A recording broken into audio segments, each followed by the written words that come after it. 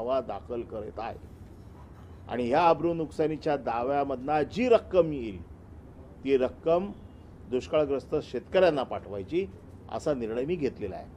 पण त्याचबरोबर ही narco taste होणं गरजेचं आहे। या नार्को टेस्ट बरोबर अजून एक नार्को टेस्ट होणं गरजेचं आहे।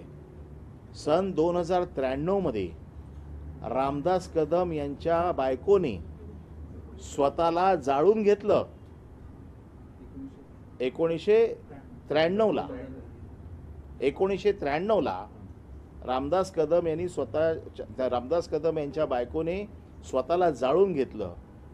ते जाळून घेतलं का तिला जाळलं का काय झालं हे देखील नार्को टेक्समध्ये आलं पाहिजे।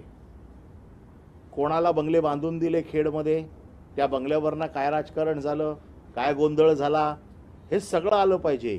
आणि जर नार्को टेक्सला शक्य नसेल तर त्यांचा मुलगा हा आता योगेश कदम गृहराज्यमंत्री आहे।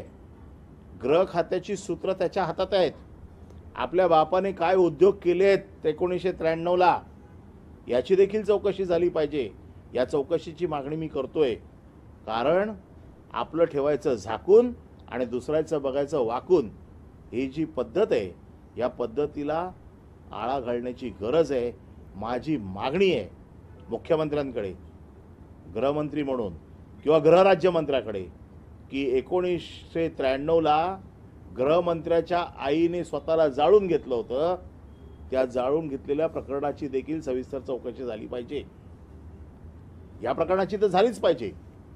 मी स्वतः या सगळ्या घटनांचा साक्षीदार आहे। पुन्हा बाळासाहेबांच्या मृत्यूपत्राचा देखील मी ट्रस्टी आहे। बाळासाहेबांचं मृत्यूपत्र एक्झिक्यूट करून घेण्याची जबाबदारी माझ्यावर होती, त्याच्यामुळे बाळासाहेबांचं मृत्यूपत्र मला माहिती आहे।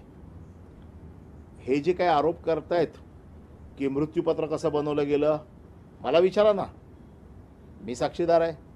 मृत्यूपत्र मी बनवलेलं आहे, त्याच्यामुळे